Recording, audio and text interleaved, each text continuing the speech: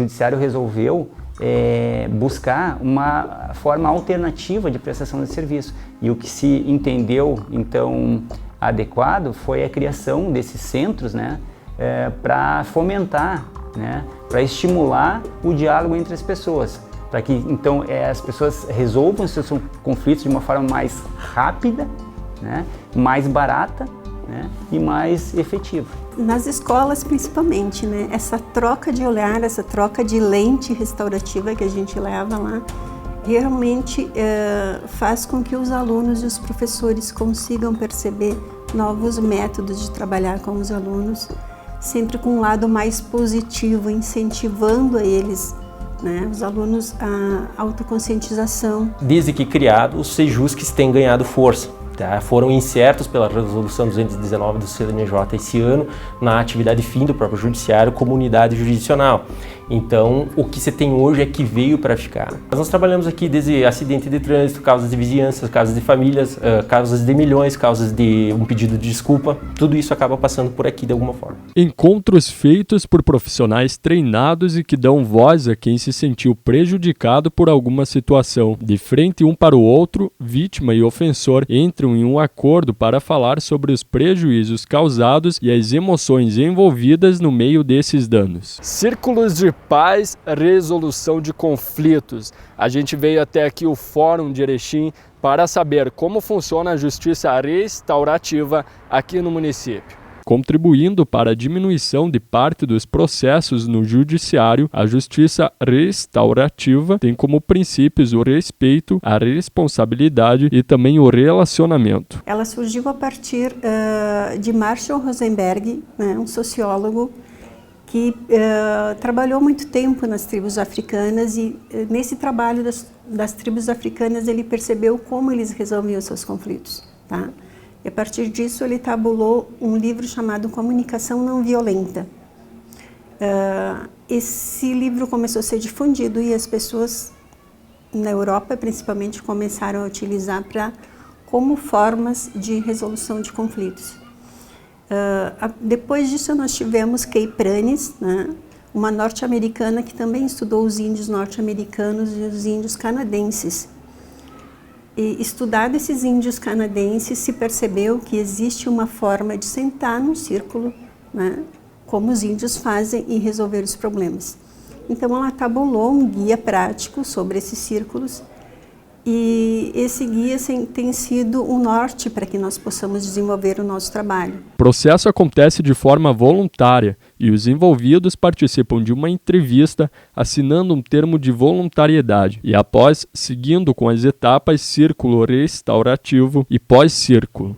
A partir que elas assumem que querem participar dos círculos restaurativos, então os facilitadores sentam e facilitam. É diferente de um facilitador que senta para uma reunião.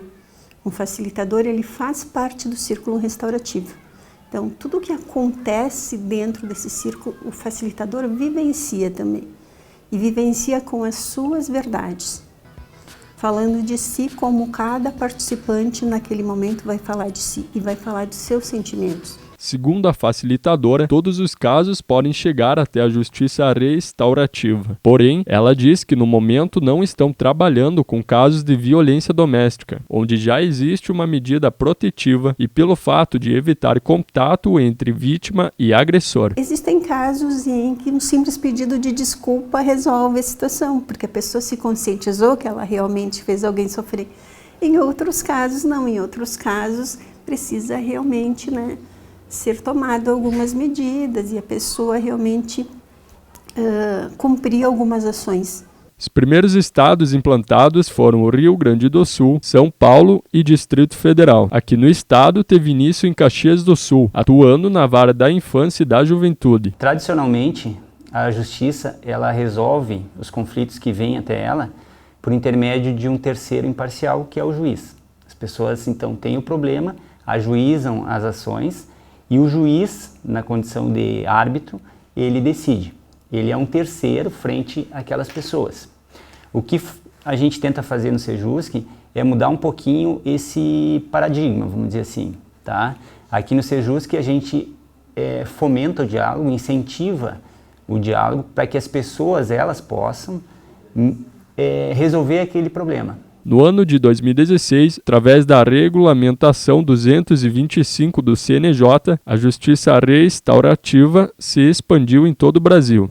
20 a 30% das ações, né, dos processos que vêm para cá para tentativa de autocomposição, que é essa forma de resolução de conflitos através das próprias pessoas, né, cerca de 30% dos processos que vêm para cá, eles são resolvidos através da autocomposição, através do diálogo. Então, as pessoas construindo elas mesmas a solução para aquele problema. Nas escolas, os círculos de conversa contribuem ainda, de acordo com Estela, para a conscientização de cultura da paz. Uma escola que nós trabalhamos aqui em Erechim, que estava com um índice alto, né, de automutilação, nós trabalhamos a escola inteira, todas as salas de aula e os professores também.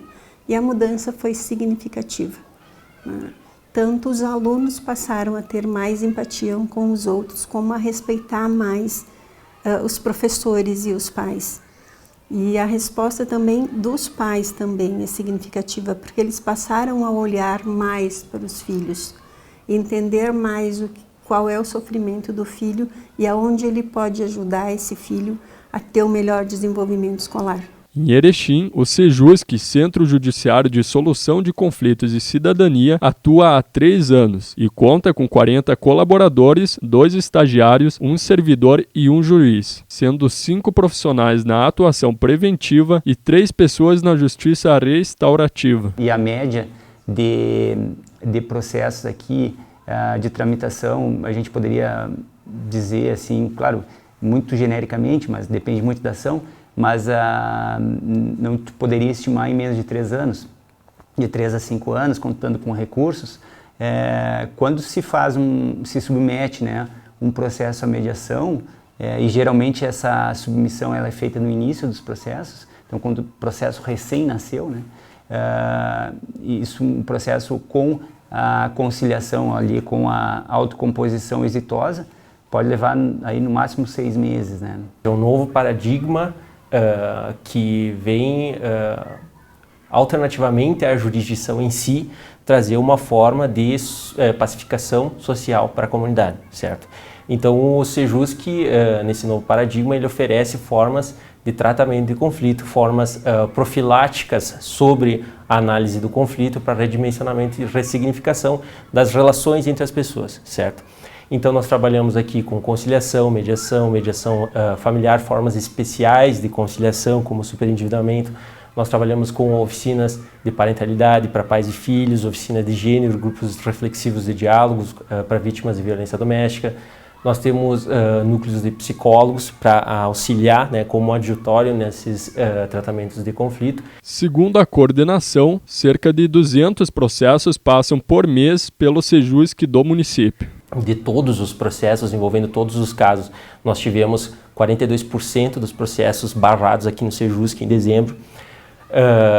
Nos 2 últimos meses nós atingimos os patamares de 39%, tá? Sucessivamente agora em maio e junho. As estatísticas de julho ainda não foram fechadas. O espaço conta com uma sala multiuso, 2 salas de mediação, mesas de escritório e uma outra sala de reuniões e espera. Ações de cidadania também fazem parte da instituição, que este ano doou mais de 100 itens de materiais escolares para crianças em situação de vulnerabilidade. A decisão judicial ela é uma decisão imposta pelo juiz para aquele caso. Então, num exemplo, né, de um devedor que tem que pagar determinada quantia, se ele faz um acordo no início do processo, se dispondo a pagar, é muito provável que ele vá pagar esse acordo.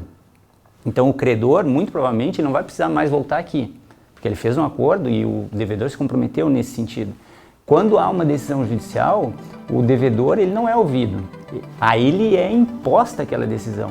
E aí a resistência de cumprimento daquela decisão é muito maior.